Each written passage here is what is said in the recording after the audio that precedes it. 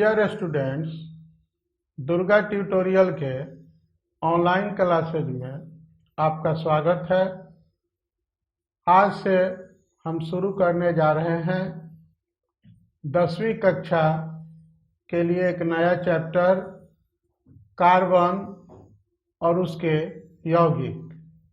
आज उसका first lecture है, तो आइए शुरू करते हैं।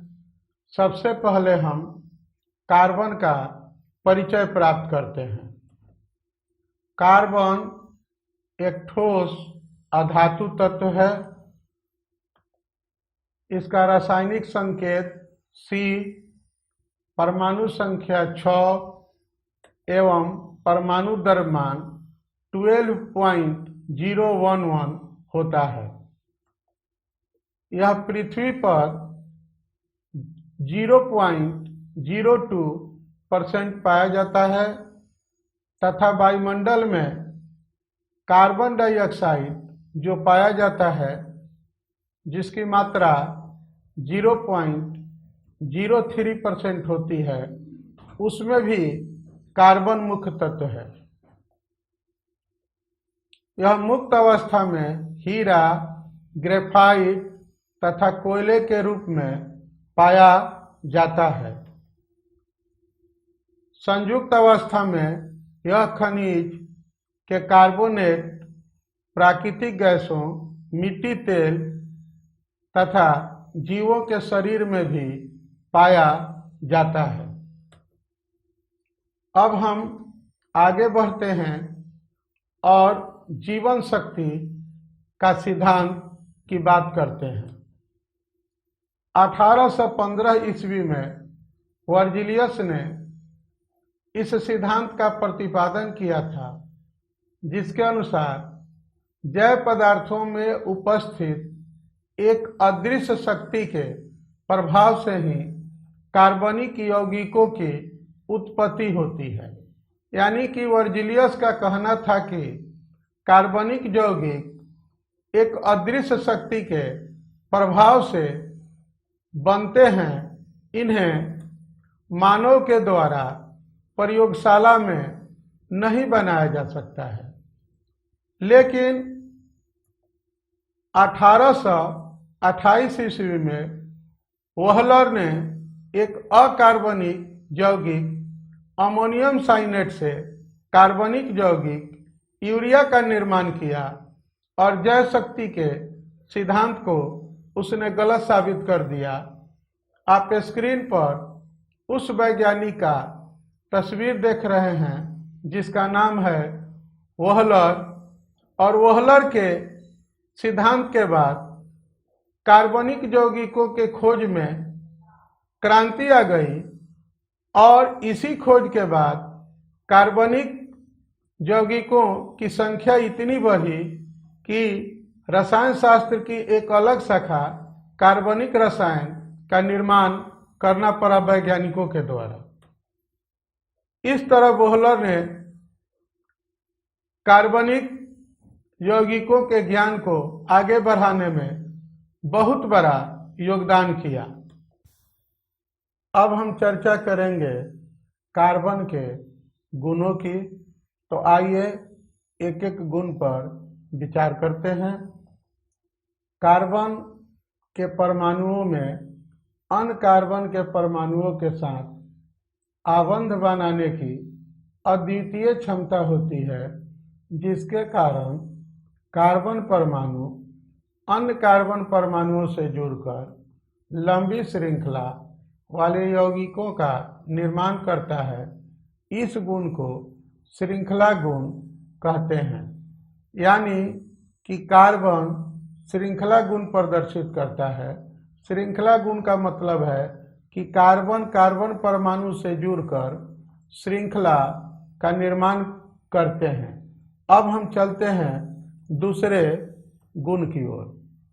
कार्बन एक ऐसा तत्व है जो विद्युत धनात्मक एवं विद्युत ऋणात्मक दोनों ही प्रकार के तत्वों से संयोग करता है। कार्बन के बाहरी कक्ष में 4 इलेक्ट्रॉन होते हैं, जिन्हें त्याग करना या 4 इलेक्ट्रॉनों को प्राप्त करना संभव नहीं है, अतः कार्बन सहसंयोजक बंधन का निर्माण करता है। ये तथ्य आपको एक महत्वपूर्ण प्रश्न के उत्तर में काम आ सकता है कि कार्बन सहसंयोजक बंध का निर्माण क्यों करता है। आइए आगे बढ़ते हैं। कार्बन अपरूपता प्रदर्शित करता है। अपरूपता को डिटेल में इसी लेक्चर में हम आगे आपको बताएंगे। कार्बन समवायता का गुण प्रदर्शित करता है। समवायता गुण को भी हम डिटेल में आपको आगे समझाएंगे। तो ये हुई कार्बन के गुणों की चर्चा। अब हम विचार करेंगे अपरूपता पर। किसी तत्व का विभिन्न रूप जो रासायनिक दृष्टिकोण से समान होते हैं, परंतु जिनके रूप एवं गुण एक दूसरे से भिन्न होते हैं, अपरूप कहलाते हैं तथा इस घटना को अपरूपता कहते हैं। यानी कि किसी तत्व के विभिन्न रूपों में पाई जाने की घटना को, जिनके भौतिक गुण तो समान होते हैं परंतु रासायनिक गुण भिन्न होते हैं, अपरूपता कहलाती है। और उन रूपों को अपरूप के नाम से हम लोग जानते हैं। आगे बढ़ते हैं। Phosphorus, sulphur, tin, boron, silicon आदि अपरूपता दिखाने वाले कुछ प्रमुख तत्व हैं। अब आइए हम विचार करते हैं कार्बन के अपरूप पर। कार्बन के अपरूपों को हम दो भाग में बांट सकते हैं। आइए देखते हैं पहला अपरूप, जिसको हम लोग रवादार अपरूप भी कह सकते हैं। रवादार अपरूप दो प्रकार का होता है, हीरा और ग्रेफाइट। यानी कि कार्बन का एक अपरूप होता है रवादार। रवादार अपरूप को दो भागों में बांटा गया है, हीरा और ग्रेफाइट। अब हम बात करेंगे कार्बन के दूसरे अपरूप की। ये आपके स्क्रीन पर दिखाई पड़ रहा है।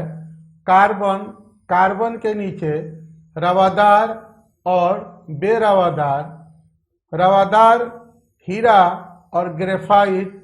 अब हम बेरवादार को विस्तार से समझने का प्रयास करते हैं। पहला हुआ चारकोल, दूसरा हुआ काजल, तीसरा हुआ कोल। यानी कि बेरवादार अपरूप तीन प्रकार के हुए, चारकोल, काजल और कोल। फिर आगे बढ़ते हैं, देखते हैं कि चारकोल कितने प्रकार का होता है। तो पहला कास्ट चारकोल, दूसरा चीनी चारकोल, तीसरा जंतु चारकोल। यानी कि बेरवादार अपरूप चारकोल, काजल और कोल। चारकोल फिर तीन प्रकार, कास्ट चारकोल, चीनी चारकोल और जंतु चारकोल। फिर जंतु चारकोल दो प्रकार के हो गए, अस्थि चारकोल और रक्त चारकोल। काजल का कोई भेद नहीं होता है। अब हम बात करेंगे कोल की।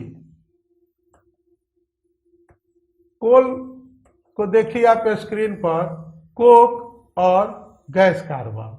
यानी कि कोल को भी दो भागों में बांटते हैं, कोक में और गैस कार्बन में। अब आप पूरे स्क्रीन पर नजर डालिए। शुरू करते हैं कार्बन से। कार्बन के दो अपरूप हुए, रवादार और बेरवादार।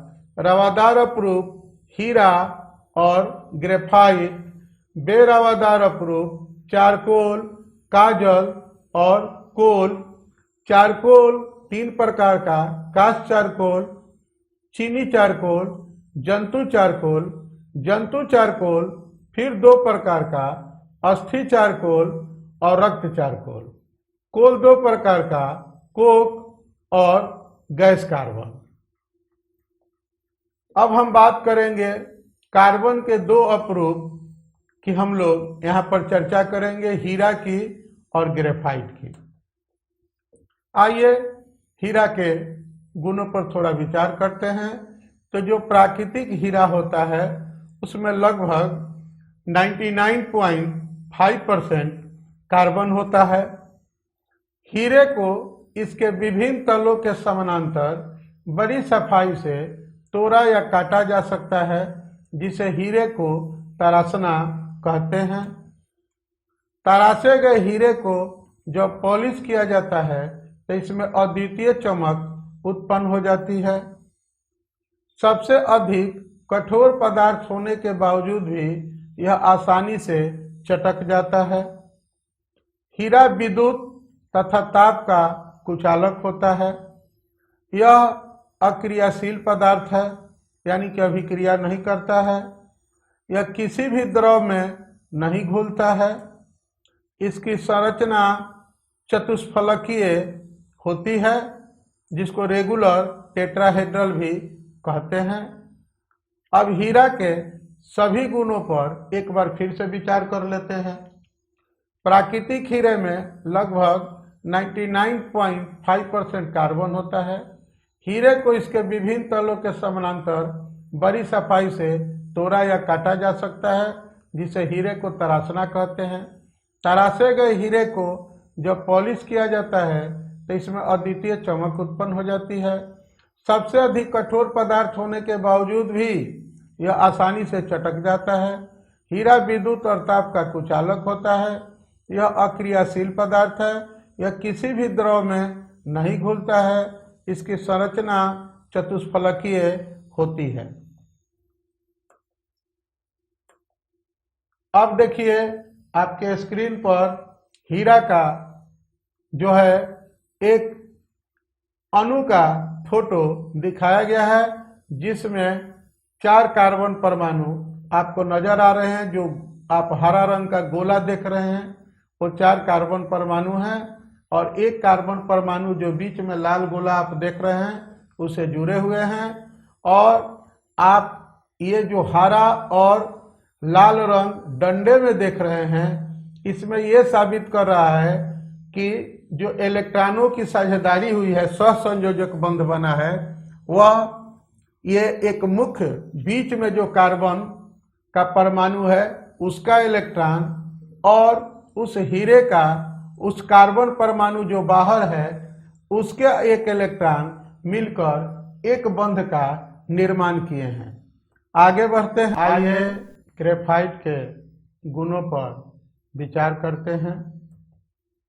यह स्लेटी रंग का रवेदार पदार्थ है, जिसमें धातुओं जैसी चमक होती है। इसका रवा षटकोणीय होता है। कागज पर इसके कारण काला निशान पड़ता है, जिसके कारण इसे काली लेड भी कहते हैं। रसायन शास्त्र में अक्सर एक प्रश्न पूछा जाता है कि ग्रेफाइट का उपयोग पेंसिल बनाने में क्यों किया जाता है, तो वहाँ पर इसका उत्तर होता है कि चूंकि ग्रेफाइट को कागज पर रगड़ने पर वह काला निशान छोड़ता है। ग्रेफाइट के इसी गुण के कारण हम लोग इसका उपयोग पेंसिल बनाने में करते हैं। प्राकृतिक ग्रेफाइट में 95.9% कार्बन रहता है। यह कोमल तथा चिकना होता है। यह विद्युत का सुचालक तथा ताप का कुचालक होता है। इस पर अम्ल क्षार आदि का प्रभाव नहीं पड़ता है। इसका गलनांक उच्च होता है। अब आइए ये देखिए आप अपने स्क्रीन पर ग्रेफाइट की त्रिविमीय रचना दिखाई गई है। ये जो डंडे जैसी रचना देख रहे हैं ये बंध को दर्शाता है, और इसमें जो आप गोले देख रहे हैं वह गोला कार्बन परमाणुओं को दर्शा रहा है। आप देख रहे हैं कि 6 कार्बन परमाणु एक षटकोण की रचना किए हुए हैं और फिर ये दूसरे कार्बन परमाणुओं के साथ जुड़े हुए हैं। इसी के साथ हमारा आज का लेक्चर समाप्त होता है। फिर हम दूसरे लेक्चर में कार्बन और उसके यौगिक चैप्टर को आगे बढ़ाएंगे। आप हमारा YouTube चैनल देखते रहिए, उसे सब्सक्राइब कीजिए और आप पसंद आए तो लाइक कीजिए, नहीं पसंद आए डिसलाइक कीजिए। लेकिन अगर आप डिसलाइक करते हैं तो कृपया कमेंट बॉक्स में जाकर इस बात की चर्चा करें कि हमसे कहाँ कमियां रह गई हैं। आप कोई सुझाव भी देना चाहते हैं तो आपका स्वागत है। आपको हमारा व्हाट्सएप नंबर, ईमेल आईडी उपलब्ध होगा, आप वहां से देखकर हमसे संपर्क कर सकते हैं। जो भी हमारे चैनल के सब्सक्राइबर होंगे उनको हम परीक्षा की तैयारी के लिए महत्वपूर्ण प्रश्नों की जानकारी अलग से देंगे। उसकी तैयारी हम नोट्स कुछ अलग से देंगे। इसलिए आप मेरे चैनल को सब्सक्राइब कीजिए ताकि हम परीक्षा की तैयारी में अधिक से अधिक आपकी मदद कर सकें। आज का लेक्चर सुनने के लिए धन्यवाद। Thank you. देखते रहिए, फिर मिलेंगे।